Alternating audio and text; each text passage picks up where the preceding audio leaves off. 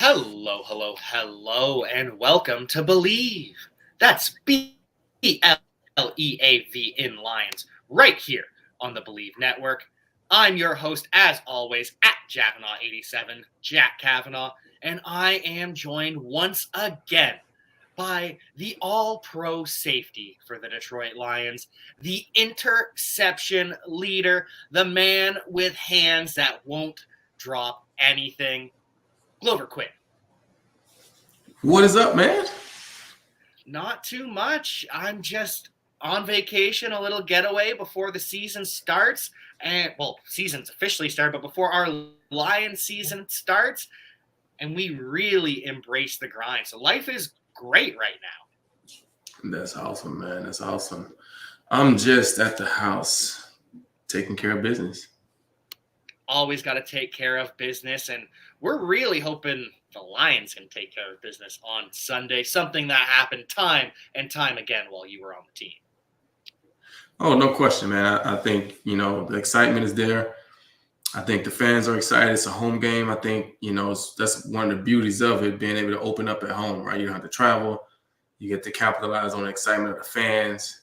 So hopefully it can culminate into a great weekend in Detroit, right? You get, obviously, Aiden Hutchinson making his debut at home for the Lions, right? And it's year two in Dan Campbell's system, and it's time, and no better way to start off the second year, the campaign, than with a win against a formidable opponent. And I'm sure you've had a lot of experience with that week one buildup. Is the energy different than during any other game? Just, it's finally time to go fully live, 60 minutes nonstop. What's the energy like ahead of week one? The energy is very high, right? I think that's why you see a lot of guys cramping up in the first week. For one, sometimes it's high and you're just not used to that. But for two, your adrenaline is really high. You're going extra hard in warm-ups. You're super excited about the game. Like you're trying to play at a really, really, really high level. Like you said, a lot of these guys haven't played in the preseason, they haven't got all those reps, so their body isn't ready for all of that. And so week one is just a different feeling in the stadium. It's the start of a season, and everybody wants to get off to a good start. Everybody is aiming to get going from a team standpoint, from an individual standpoint, and that's really what the thing is. And so you're excited. Most guys get to the locker room early. You're there, and you're just the building just feels different. It just feels different. And so that's why I say that's one of the great things about starting the season off at home, is getting to capitalize on that. But also for Philly, it puts a bigger chip on their shoulder coming in, because now they're away, and now they're going into your house on opening day, and no better time to upset somebody than opening day. Well, and one of the things I'm wondering too, with Philly having that chip on their shoulder heading into week one, new season, they faced each other last year, and it did not go well at all for the Detroit Lions. 44-6 beat down where the Eagles ran all over them. So will Detroit spend much time watching that game film ahead of this week, or is it more of a burn the game film, bury it, and let's move on to this season? Well, I mean, I think, if there's similarities, you watch it. If the defensive system is the same, you watch it to see what they did against us last year, because your system is the same, right? So why did they have success on us last year from a defensive standpoint? Why did they have success on us last year from an offensive standpoint? What did they do special teams that, what I'm saying? And you kind of look and say, okay, but guys, this is what happened last year. We played these guys, got a lot of the same personnel. Some of the guys are different, same systems, or somebody's different. But we turned the ball over, right? We did this. We didn't execute this right here. We made mental mistakes that we say we may chalk it up to first year in the system. Now this is year 2 in the system. We're not going to make those same mistakes. We're not going to make those same bad plays. You guys are a better team than you were last year. You guys are more confident in our system and in what we're doing than you were last year. This is a game that we should win. Yes, last year they beat us 44-6, but looking at the film, they didn't just beat us. Maybe we beat ourselves. Maybe we helped them beat us. If we eliminate those things this game and play up to our capabilities, we could win this game. So that should be the vibe going into it. Like I said, I don't know if they sat there and looked at the whole game. I doubt it. Probably took some plays from it, some situational things that came up. But outside of that, I don't think they're spending much time on it. That's reassuring to hear, because one of my fears was the Eagles ran the ball and just rammed it down the Lions' throat last year. And so my worry is if they spent too much time watching that over and over again, do they sell out to stop the run? And now with the team that just added A.J. Brown at wide receiver, does that mean they're going to be left hanging and over-leveraged in the passing game? So I like to hear that. I'm excited to hear that. And one of the things with the Lions, they did announce their 6 captains recently. So we've got 2 on offense, 3 on defense, and then we've got 1 special teams captain as well. Of course, the quarterback, Jared Goff, is a captain. No surprise there. Same with Frank Ragnow, the center. We all know he's an all-pro, great leader for the team. Defense, Michael Brockers, Alex Anzalone, and your guy, Tracy Walker, your former running mate in the secondary. And on special teams, Josh Woods, the linebacker. So I just kind of want to know, what is the process to picking captains, and how important is that in the locker room to be voted a captain? Well, it's a huge honor to be voted a captain of your team. That shows that you have the respect of your teammates. That shows that they respect you enough to vote for you, right? Is it always done by your teammates, the voting? Well, I mean, I can only speak for the systems and the teams that I've been on, and that's kind of how it was, right? You have the team vote. Sometimes the coaches don't even get a vote because it's about the players, right? These are the guys that the players consider the leaders. Sometimes the coaches may get a vote, right? But you really want to know, who do the players look at as their leaders, right? And generally, you probably go 2, 2, and 2, right? But for them to go 3 on defense generally means the voting was really close, right? And they just said, okay, well, we'll just take 3. Or it means that maybe one of the guys, maybe Brockers got voted, maybe Tracy didn't get voted, but the coaches feel like he's a leader and he was close, but he just didn't get voted. Well, we're going to go with 3. Or maybe Anzalone was close, didn't get voted, but he was close, and the coaches feel like, you know what? We got a guy on the front line, we got a backer, and we got a safety. They're all captains of our defense. We're going to roll with those guys. Gotcha. That all makes sense. And it must be truly an honor being selected by your teammates for that prestigious role. And I'm kind of wondering, not to do with the Lions, but the Steelers voted Mitchell Trubisky their captain. So the locker room decided that Mitchell Trubisky is a leader. Now, he has the rookie Kenny Pickett behind him, which the coaches drafted, the staff drafted. So how does that work in terms of, does that lengthen Mitchell Trubisky's leash because the locker room respects him?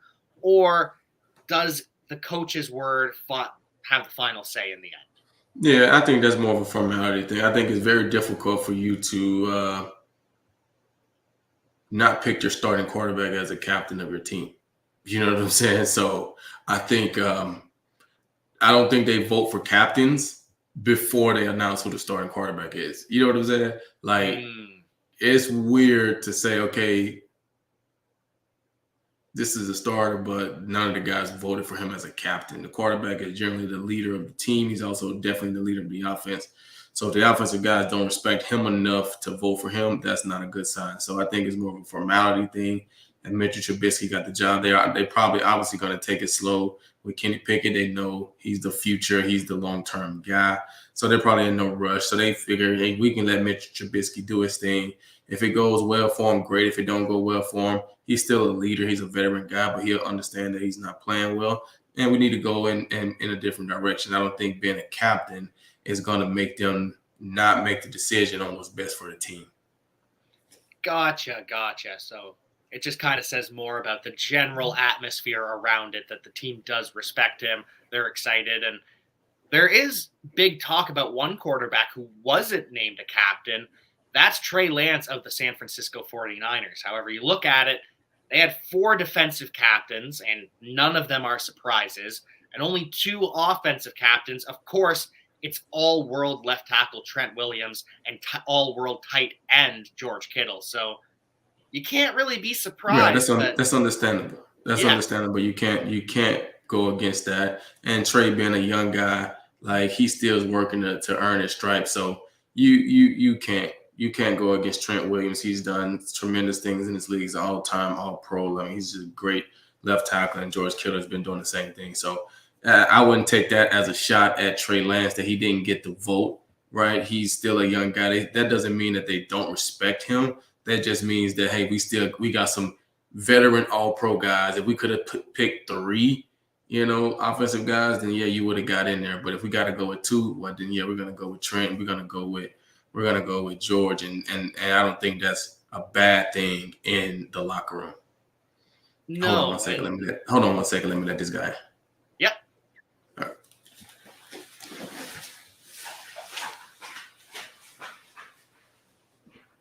Glover will be right back after this.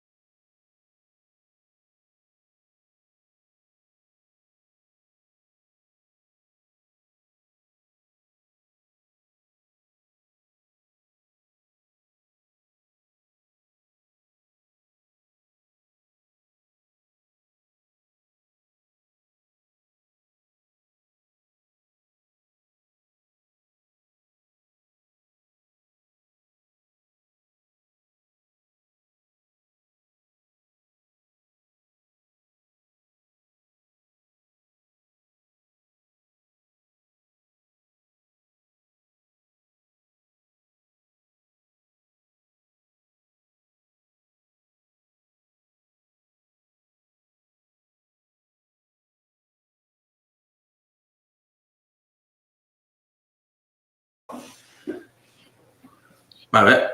Yep. All set.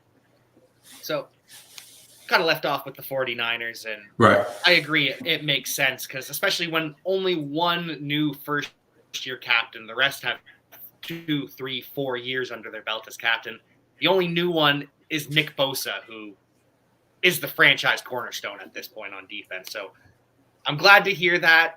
People just kind of any piece of news that comes out that the media can kind of frame as a negative thing when it comes to football players, they're going to jump on it. And so I just wanted to set the record straight and make sure that's right. I mean, that's why I'm glad. That's why I'm glad that we get to do these podcasts, because mainstream media, negativity sells. And one thing about me, and it just is what it is, I believe in authenticity. I Bleav in building things the right way. I don't Bleav in negativity sales. It might cut out there again, Glover.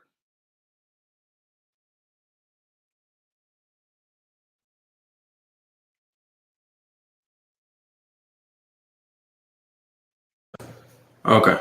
There you go. You're back. Dang, I be hitting buttons. But yeah, mainstream media does they live on the negativity sales, and I don't necessarily Bleav in that. I like to report the facts. I like to speak truth, and if it doesn't grow as quickly as you will want because it's the truth, then that's what it is. But I Bleav in building it the right way. And when you report the facts and you let people know exactly what's going on, I think it creates a different connection with the audience. And so, I don't like how, they try to take any little story and turn it into a headline to get clicks and all that stuff. No, this is the real thing, man. Nothing wrong with. I mean, Nick Bosa he is their defensive line. He is a very respected guy in that locker room. So no question he should be a captain. I don't see anything there with any of this stuff, man. Like the Trey Lance, there's nothing there, and Nick Bosa either. Especially when we read into the Jimmy Garoppolo stuff, and the only reason he's staying there is because they don't want him to go to Seattle. No one's trading for Jimmy G, and so their option is to cut him and let him walk down the road to Seattle or keep him as a backup. So again, football is interesting enough without creating your own drama and your own headlines. There's enough going on the field and the real life storylines that are happening that we don't need this added, Trey Lance, they don't Bleav in him. And I feel like it's a little, in that situation, I do feel like it's a little bit of everything there. I think the 49ers are really trying to have the best of every world in that scenario, right? They definitely don't want to send Jimmy Garoppolo to the division rival, right? But they want to give the young guy a chance to start. But if he doesn't perform, we want to go back to Jimmy Garoppolo. You see what I'm saying? They just want to have the best of everything, right? We're going to keep him away from Seattle and keep them down because they don't have a quarterback this year. I mean, yes, they got Geno Smith, but he's no Russell Wilson. Hopefully, Geno plays great. I wish him the best. But just the perception around the league, they're not going far with Geno Smith as the quarterback, right? So, but if we give him Jimmy G, who's been to Super Bowls, he's been in big time games, he may give them a leg up. We're not going to do that, right? But we're going to give our young draft pick an opportunity. But what if he don't produce? Nah. We're going to go back to Jimmy. So I think that's just the 49ers saying we want the best of both worlds, and we're in a situation where we can do that. And that's what we're going to do. Regardless of what Jimmy feels or wants, we're going to do what's best for us, and that's what we're going to do. And you see that more and more with some of the better built teams, the teams that are gunning for the Super Bowl. Josh Allen, elite quarterback. We saw that last night. I don't know if you watched the game, but no question. His backup's Case Keenum too. So he's got a legit backup behind him where if he goes down for 2 or 3 games, Case Keenum's going to keep him in the hunt. No question. I think Case Keenum has built, his career around, coming in different situations and, being able to be successful. And so I think, they got a great situation. I don't like, I was telling my friend last night, I'm just like, man, I don't like Josh Allen getting hit so much, especially in week 1 of a 17-game season. You know what I'm saying? I don't like, everybody's talking about the stiff arm and stuff like that. That's cool, right? But I don't like it because as a defensive player, you go into games and have scouted players, right? So when you go into a game and you've scouted a player, okay, this quarterback is a slider. He's going to slide. This quarterback, he get to the sideline, he don't even want it close. He's going out of bounds. So as I'm approaching my tackle, I already know Tom Brady going to slide. Tom Brady getting out of bounds. Patrick Mahomes, he's running out of bounds. So I'm approaching it to play, obviously, but I'm expecting them to run out of bounds. Josh Allen, on the other hand, no, he's trying to stiff arm me. He might try to put his hand, in my face. He might try to lower his shoulder and run through me. So now when I go into that game, I'm not approaching Josh Allen like he's a slider. I'm approaching him to hit him. So then you start taking unnecessary hits on the sideline because the referees, they got to call it fair, right? The referees try to give the quarterbacks the benefit of the doubt, but if the quarterback is acting more like a runner, then you gotta let the defensive players treat him as a runner, and I gotta be able to protect myself, because the minute that I let my guard down, you remember how they done changed the rule? They start doing the fake slide, and then they keep going for a touchdown, right? If I let my guard down because I'm expecting him to run out of bounds and then he drop his shoulder and run through me and get a first down or get 6 or 7 more yards, now we got a problem. Because then when I go to attack him, and now I got all my momentum going to this tackle, and then he try to slide at the last minute, I can't pull myself back. And now you're giving me a flag. That's not fair. So Josh Allen, do your thing, right? Whatever it takes for your team. But I think the message that sends across the league, hey, we're going at Josh Allen. It's a defensive community. It's a defensive community, and it's an offensive community. And I feel like the guys across the league saw what happened last night with Josh Allen. They saw it as much as ESPN is showing it. They saw it. And I think, and I could be wrong, but I think it sends a message across the league that Josh Allen is a big guy. He wants to be a tough guy. He runs a lot. So when you go to play against the Bills, do not think he's going to slide. So I think that would lead to unnecessary hits against Josh Allen. That's the only thing that scares me. So look, they got Case Keenum behind him just in case he misses a game or two. Yeah, and it could just be trying to set the tone for the season, but we've seen this in the past. Josh Allen, his first or second game in the NFL, he hurdled Anthony Barr. The man is going to run at you, and as a defender, you can't afford to take a play off because you're going to get embarrassed by a 260-pound quarterback moving that quickly. So I completely get it. And going forward, the Bills, they have that target on their back already as the best team in the NFL, according to all the media sites. So They've got that. They've got Josh Allen scrambling. So it's going to be interesting to see how this season evolves, especially with Stephon Diggs just getting absolutely fed and looking unstoppable last night. Right. We knew that. That's why we got him on our fantasy team. I wonder how many points he got us. You got to keep him in the fantasy roster where I can take a look at it, because I'm excited, man. I see Stephon Diggs going off. I'm like, man, we did the right thing, man. Look at this guy. Might have to make a minor adjustment to the fantasy team depending on how they decide to use Allen Robinson. I thought he would get way more targets last night. He didn't. Got another couple of weeks, but we might have to make a change there. But outside of that, I thought Stephon Diggs looked amazing last night, and Josh Allen did too. I thought the Bills looked exactly like I thought they would look. They looked exactly like I thought they would look. They came out, they were ready to play, they were hungry, they walked in there, they knew they felt like they were better than the Rams. They showed that they were better than the Rams. I don't think they were surprised at all. I don't even think the Rams were surprised. I think the Rams, I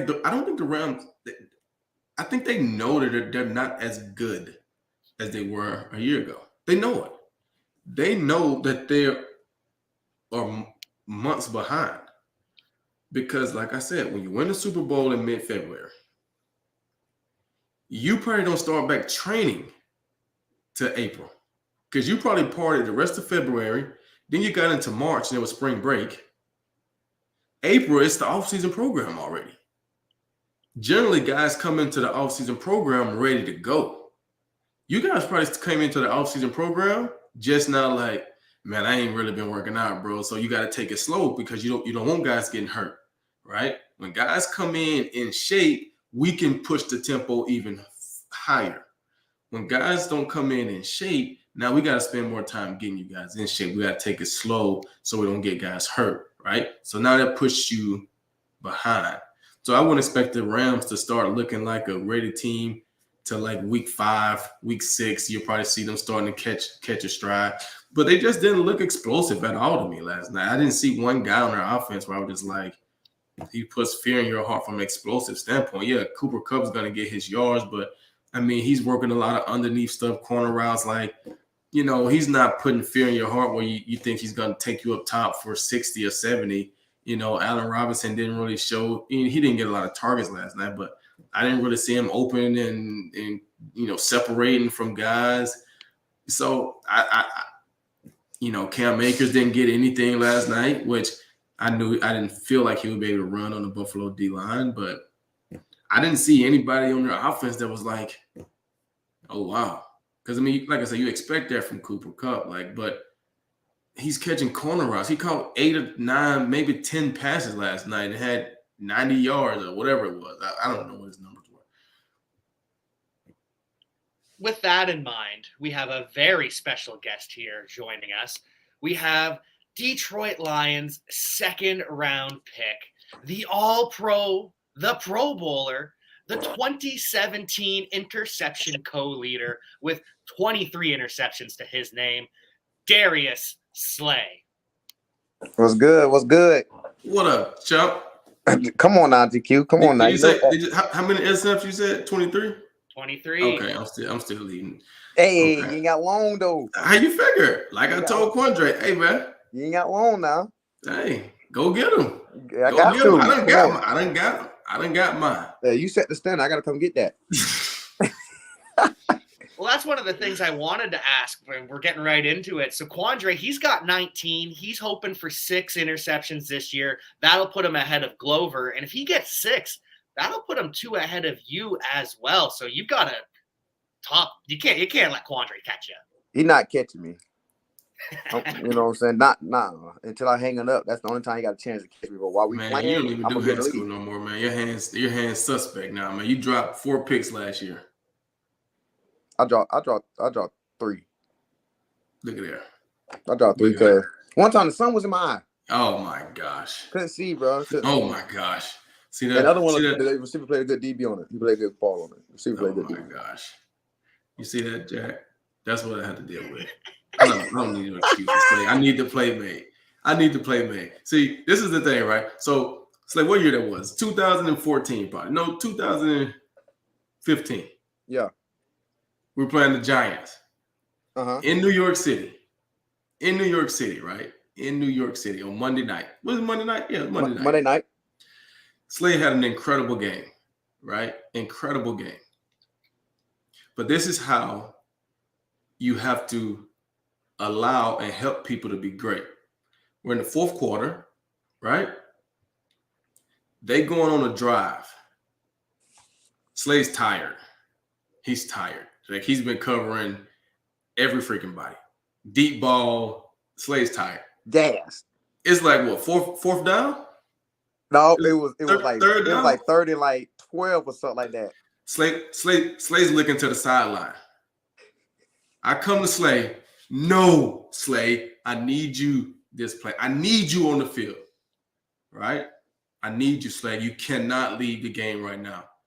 And guess what Slade did? He looks at me. Hi, G. He stays in the game. They try to go up top with Evan Ingram or somebody, I think.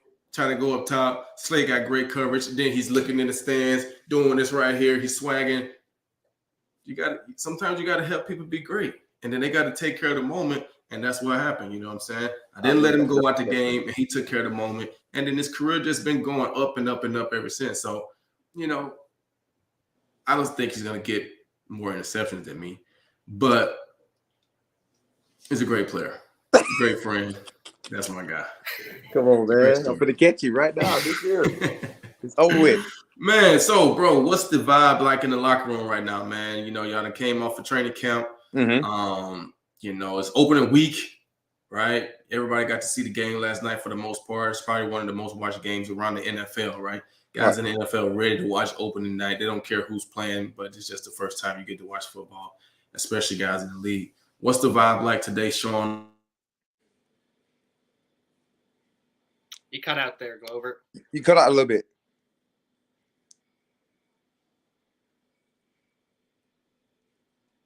No, you're Yeah. still out. He's still out, GQ.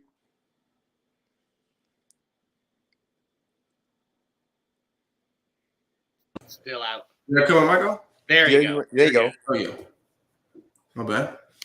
I'm just saying, what's the vibe like out there in Detroit, man? I mean, not Detroit, in Philly, man. Y'all, got to see opening day, week one opening day with last night, and like I was saying, it's probably one of the most watched games around the league. Saying this guys excited to watch football. Then you come back to work today. I'm pretty sure guys are talking about some of the stuff that happened last night and getting more excited for obviously you guys' upcoming game. So what's the vibe like in the locker room out there, man? Man, it's lit, man. We having fun, enjoying it, and everybody ready, everybody hyped. One thing about this team this year, man, we got a lot of veterans, a lot of guys that played a lot of ball, and so we them boys been in the locker room, be chilling, but we always kind of remind ourselves, after watching last night games, with the games not playing, like a lot of guys not playing the preseason now, we just kind of like, hey man, stay locked in. We take a lot more reps, we take it more serious, and because sloppy ball always week one, and we're not trying to be a sloppy ball team. So our main focus, man, be executing our job at a high level and make sure we know our assignment. Got to. And with you talking about all the veterans on the team, you added a ton to the defense. You got Hassan Reddick on the defensive line. You got James Bradbury who's going to be playing opposite you at corner. And then just last week, you traded for Chauncey Gardner-Johnson. What can we expect, and what has he already brought to the Eagles, moving from that slot position in New Orleans to allegedly more of a free safety in Jonathan Gannon's defense? He more of a man. He kind of he a lot. He a good guy though, man. He got a lot of energy, bring a lot of swag. You go feel his presence as a way on the field, man, because he let himself be known. He flies around. He a missile. I'm talking about like straightforward, get after it. We all compete, man, and we all got the same end goal in mind, is just to get each other better each and every day.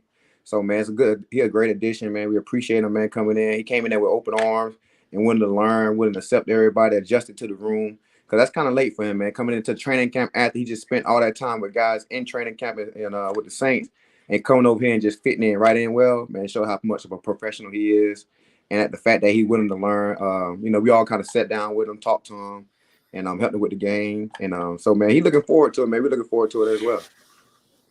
Cool, man. So you guys, we talked about him, defensively, obviously y'all signed a big guy in free agency, AJ Brown. So now you got, for you as a corner, you got two good guys, right? But they're different. You got a smaller, probably quicker, fast twitch in Devontae Smith, and then you got a bigger, physical, in AJ Brown. So what's it like in practice? Like you guys are going at it. Who you spend more time trying to check? Is it based off who you think you're going to be going against during the season? During the week? Like what's it like in practice with you guys, and what does AJ kind of bring to the team? Man, AJ bring a lot to the team, man. Great leader, hard worker, dude, man. He bring a lot of physicality too, man. I ain't gonna be honest, because last year we had a lot of guys that were small, just fast and quick guys. We had Quez, we had Smitty, then had Jalen Rager, guys that can just really stretch the field. Now we got a guy that can go across the middle, deep if he needs to, run through contact, because he's a big guy. But going against both of them in practice, man, I get a different look at both of them. So, AJ a physical guy, Smitty a more guy that's smooth, run the routes, crispy. Don't like too much contact. A guy like AJ love all the contact, and so I get the best of both worlds, man. Remind me a little bit, my Calvin and GT days a little bit, but Calvin just another animal. But I was actually going to bring that up. Being with a physical guy like Calvin, a lot taller than AJ probably, and Golden Tate, kind of the same thing. But you were younger then, right? You were young corner. Now being an older guy. Not from a physical standpoint, but just a mental standpoint, right? I've covered a lot of guys in the league. I know a lot more now covering these guys in practice. Is it different, or is it kind of like reminds you, like you said, of those days? Yeah. Do you go back on some of those things, and and who's setting the tone at practice? Is it the DBs, or is it those receivers that's setting the tone and y'all having to catch up? What kind of room I came from. Room I came from. It's always set the tone. We both been on the team where they always been D-line driven. You know, our 2014 team, everybody thought the D-line was the force, but I always told myself, one person always told me that no matter what the D-line do, man, we run the show, and that's how I always approach the game. You know, so I got that from you and Sheen, and I took it over here. You know, as well. This is a D-line driven team for sure. You know, great talent in the front seven. You know, but we the back end. You know, we stop touchdowns. You know what I'm saying? We stop the run. We appreciate them doing that. You know, they appreciate us doing our covers, but you know, we got a big thing about letting nobody get in our end zone. And you know, so I've been preaching that to our group, and that's how we be going about, you know. So we try to set the tone each and every day. Okay. Come on now. You know what I'm saying? Come on now. Well, so, you think about it, it's easier for that defensive line to get sacks when you've got just lockdown coverage, quarterback has to hold the ball. Say again? It makes life easier for that defensive line when you've got that lockdown coverage. Then they can collect the sacks easily. Yeah, man, that's the goal, man. I want these guys to have 60 sacks as a group, honestly. So that means I'm doing my job very well. So that's the goal for me for sure. So you get drafted to Detroit. Mm-hmm. You know, spend a lot of years in Detroit. We had some great times in Detroit. So I know when you were in Detroit, you're big in the community, going to high school football games, reaching out to some of those kids. You know, big in the community and everything that you were doing. And, you know, you get to Philly and you're out there. And I know a part of you is still in Detroit, right? Mm-hmm. Did you watch any of the Hard Knocks? And, you know, did you kind of keep up with it or just kind of like, I didn't have time for it? Or what did you think about that? I never really watched Hard Knocks. Never did, man. I've never been a Hard Knocks fan. I just like, you know, just be chilling. I just think it'd be just people being nosy, trying to just see the inside world of football. Like, man, they how I operate like that, you know? Right. Yeah. Right. So I'm like, I don't know. I remember I watched it when I was young, and I'm like, man. Then I got into the league. I'm like, it ain't nothing like this, right? You know. So it looked like it'd be kind of programmed, talked about. Only thing probably serious is about practice, but everything else probably a show. Right. So yeah, they don't need to put me on Hard Knocks. I'll be terrible. So tell me, man, you know, last year, you know, you go back to Detroit. It's kind of funny. You get 2 years in a row to go back to Detroit. Mm-hmm. But last year you go back, you have an amazing game, right? Get in the end zone finally, score your touchdown, you know, swaggy, having a great time. You guys, you know, y'all beat up on the Lions pretty good. I think it's 44-6, right? You know what I'm saying? Homecoming for you, but probably, you know, I don't know. Did you look at it as a revenge game? And if you looked at that one as a revenge game, are you feeling the same way this year? Do you have that chip on your shoulder against the organization, or is it just love? Or like, how are you feeling returning back to Detroit for not the first time, but the second time? Man, I feel great, man. It's never, you know, definitely for sure. My last 2 years playing against them boys, never been a revenge thing because because the guy is not there. Right. It's always been love, man. I just show love to the team. I appreciate the organization because, like I said, they changed my life. So, and it's no hard feelings, but I love going back to the city, you know, and you know, always the goal to come out of there with a win. So, but you know, I'm just looking forward to seeing all the, you know, the security, you know, all the old trainers, everybody, because it's kind of still that they all came back. The whole staff back, there. you know. KB back. Hey, I heard, you know, so Bizzle is back. So I'm like, dang, that's funny, and you know what I'm saying. But it's good. It's gonna be good to see them guys, man, because you know them guys helped me with my life and my family that was down there. They did a lot for me, and I preach on them. But you know, it's business. You know, we got to go down there and handle that. You gonna take some time off to business and stop anywhere for some food? Oh man, I'm going straight to Captain J's. Come on, man, I'm finna get that fried chicken with that good crack on it. They know what time it is. I already got it ordered up, ready for the hotel. Yes, sir. I need that ASAP. Oh man, that's too funny, man. That's too funny, man. So do you know Aaron? Glenn? Who? AG.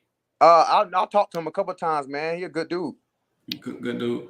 Mm-hmm. So I mean, I know you say you didn't watch Hard Knocks, but I'm sure you see, like, you know, and here, I mean, you guys, I mean, according to y'all coach, you know, they watched Hard Knocks and they're trying to find stuff. So I'm sure, you know, they may have brought up something throughout the week. But what do you think of those guys? What do you think of Dan Campbell? You know, you see him doing up downs and stuff with his players, and you know, you see Deuce Staley. Well, you probably didn't see it on Hard Knocks, but I'm sure you saw it on Twitter or somewhere. right? You know Deuce, right? So what do you think of that stuff, man? The coaching staff, all the guys they got over there, man. What do you think about those guys, man, and Aaron Glenn and what he's doing with their defense, if you know anything else? I think good of them, man. I think they're real because they played the game, so they see the game a lot different. All of them played it at a high level. All of them been in the league. Deuce been in the league. Aaron Gordon been in the league. The head coach been in the league. So it's just a good understanding. So they understand between the difference of a coach and player and then a player and coach. So I think they're doing a good justice, man. They did up downs before. This ain't their first time. So they just letting y'all know, like, hey, we've been in this position. We know how hard it is, so we're gonna make it hard with you. And they, it just showed a little, unity. That he been in the position that when probably been before where coaches ain't treat them fairly, maybe. I don't know. So you just making it seem like, hey, we a family here. We all is one. And but I like what they got going over there, man. Just doing it the right way. Putting a lot of player coaches in there, man. That's why I think the game should be taught by a lot of player coaches. So true that. I like that. And obviously you got family ties in Detroit. Little cuz Tracy. Yep. He's the oldest guy in the room now, right? He's the oldest guy in the room. He's the leader. Just got voted captain. Got paid some money. You know what I'm saying? I know you guys have played against each other, played on the same field, all these different things. Right. What's it like now? Is it still kind of like happy to see family and bro, we this and that, or is it just like, It's always because like we where we from, man, it's hard to get up from where we from. Right. And I always appreciate it, man. So every time I see him put on the NFL jersey or me put on an NFL jersey, we always congratulate each other, man. We always pray for each other, as in like, hey, man, have a safe game. So, man, it's always gonna be family first. This game gonna end for all of us one day. So we making sure we having a bond. We gonna always enjoy competing against each other. If we compete with each other or against each other, doesn't matter. I always want best for him. So same thing with me and him. So we just, I'm happy he a captain, man, and because he been doing the right way, because we try to do our best as a group and collectively to lead him in the right direction. And man, to get voted captain, man, it showed that a lot that we have paid off with us with him in our room. So have y'all like talked to each other? Y'all got anything on like who getting the most picks, who making the most plays, who buying dinner? It's always me. I got one with me, Quandre, all of us. Come on, I owe Quandre one dinner already because they beat us in when he was in Seattle with against the Eagles. He beat me, so I owe him dinner. So I'm waiting on that day for he can pick. But Trey's gonna be the one paying for this chicken. This Captain J's. Come on. He gonna have to pay for this chicken. I told him already. I said, man, my chicken. I said, we play y'all again. You paying for my chicken? Because we betted last year on the dinner. I said, you make up for this chicken. Oh yeah. I'm about to order a lot of it too. Heck yeah, got to. He gotta bring leftovers now. home, right? Yeah. He got a big bag now. He could afford the whole chicken spot. Well, that's cool, man. So, I mean, last question for me. You know what I'm saying? Obviously, NFC East. Got you guys, got Dallas, got the Commanders. Got the Giants. I think, everybody across the nation probably, feel like it's going to be you guys and the Cowboys in the running for the division. I don't think the Giants are ready. I don't know much about the Commanders. They could surprise us, but I don't know that yet. But it's looking like you guys and the Giants, and the Cowboys, just on paper, will be there in the end, right? So how are you guys feeling as far as having a chance at like making, winning the division, making a playoff run, and, realistically, not just what you think you're supposed to say because you play for the Eagles, but realistically, what do you guys feel? Man, we feel great, man. Like I said, Coach them have been doing a good job at us, like putting us in position to win, man. They surrounding everybody with the, type of players we need to do this. And, because, everybody know, man, it's all in or not. We trying to win. I'm in year 10. I'm trying to win. And I'm trying to get that confetti fall on me. Huh? You know what I'm saying? Year 10. I'm trying to feel the confetti fall on me, all kind of stuff, man. I ain't never won a division before. I never did this. Been in the playoff 3 times, can't get out the first round. So I'll be honest, but I'll be trying to, I tell my group, hey, I ain't here for being this experiment. This not an experiment run. It's division, playoff, Super Bowl. And that's what we own, and that's the goal for everybody. Of course we gotta take it 1 week at a time. That's always the goal. But at the end of the day, man, we were trying to be the last team standing up. And and to start like that, that start off with winning home games, winning your division games, getting in the playoff, being healthy in the playoff as a team, and and keep it going. So I'm looking forward to the season. I'm excited, man. I ain't gonna lie. I told them the other day, remind me of my 2014 team. You know, I'm the older guy now. I'm the Sheen. I got a younger guy. Got young safety, still young and around your year. You was year 6 at the time. Had a front that could just don't have to put a shell in it. You can really just, you don't have to put one high. They can eat the run up in the shell. Right. So I'm feeling that type of energy, and and like so. I'm like, yeah, this is it. Like, hey, we got to take advantage of because I think like in 2014, we didn't know how good we was going to be besides the defense, and we got to come to play. And so I was like, man, this is it. This could be special for all of us. Hey, let's try to front foot forward. Let's go. It's time to get it. I got that feeling. Shoot, yeah. Love it. Love it. Absolutely love it. And one final question that I want to know is Jalen Hurts. He's the guy this year. Everyone's expecting a big step forward from him. And personally, I think that he's got the talent to be in that MVP conversation, to lead a team as far as the rest of the offense will go. Oh yeah, man. He got the ability to do it, man. He got the tools around him. It's on him. He know it. He's a real professional, man. I came in the league as a rook, talking to him, understanding the game. He already know the business part of it. He know what's up. So I'm just looking forward to him, man, to see how he progress because he been doing real good in camp, man. Been a good guy, been selective, been like smart, making the right reads, making the right plays. And like I said, we got to put out there on Sunday for him, man. I told him on the defense side, we'll do everything in our power to help you, be successful in this game. So let's go. Let's put your foot first. Let's get it. Let's go. Let's cool, get man. it. This weekend, I have to root for the Lions, but I am very excited about the Philadelphia Eagles this and in perpetuity. Appreciate that, man. Appreciate it. I'm looking forward to this week too, man. Week 1, baby. It's time to go. But man, before we let you get out of here, man, what do you got to say to your true Lions fans that still support you even though you're in Philly, man? What do you got to say to those guys? Give them a little shout out or something. Man, shout out to the city, man. Nothing but a love, appreciation, man. I love y'all. Y'all will always be the second home. Y'all changed the life. So, hey, we gonna always be family. But it's time to go to battle. It's time to go to war. Cool, man. I appreciate you jumping on, man. I know it's Friday. You got stuff to get done. Massages, food, sleep, rest, hydration, all those good things, man. It's opening day, man. Do not be cramping up. Hydrate. Come on now. If you cramp up, I'm going to say this right here, too. I'm watching the game. So if you cramp up, or if I see you running out that field for something that when I'm watching, I'm like, unless Slade got, he shouldn't be running out the field right now. He's being soft. If I see it, dinner.